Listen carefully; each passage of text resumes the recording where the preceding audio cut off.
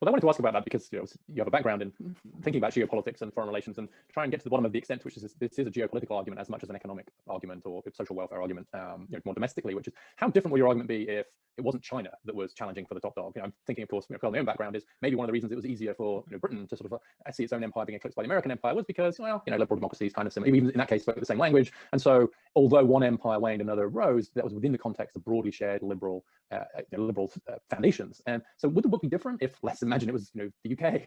Let's have fun. Or is it how China specific is your concern that the US remains number one? I mean, it would be a very different book if not for that. I mean, the domestic analysis, it all holds up. But so there's a journalist I love, Doug Saunders. He wrote a book called Maximum Canada, and it has a similar thesis. It calls for a tripling of the Canadian population, but it obviously doesn't have that geopolitical hook to it at all. It's purely an argument about the economic benefits of population growth in the context of a sparsely populated, English-speaking, liberal settler state. So I think the facts carry over, but to me it changes. It's relevant, because if we were talking about ceding hegemony to Finland, who cares, right? On some level, and I think it matters for the politics, though, because we obviously have significant tensions in this country about cultural change, right? There are people who don't like the fact that the ethnic balance and the cultural balance in the country is shifting. And it is difficult to, in some definitive way, say that that is wrong or that is mistaken. And if you look at certain countries, right, like the purpose of Finland is to be a land for Finns.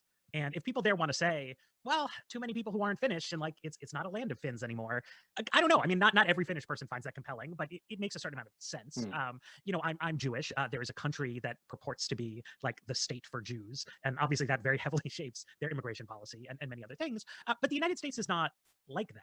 Right? That is not our founding principle. This is not a country for white people or a country for Christian people. It's a country dedicated to the proposition that all men are created equal. Right.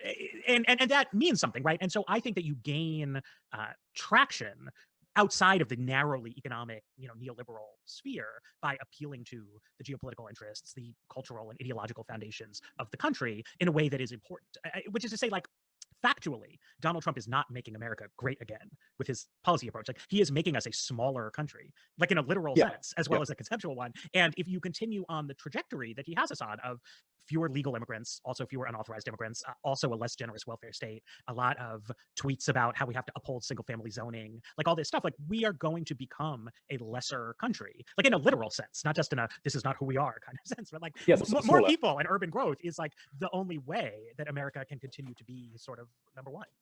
Well, let's move on to discussion of immigration, which actually, even some of the questions that are flying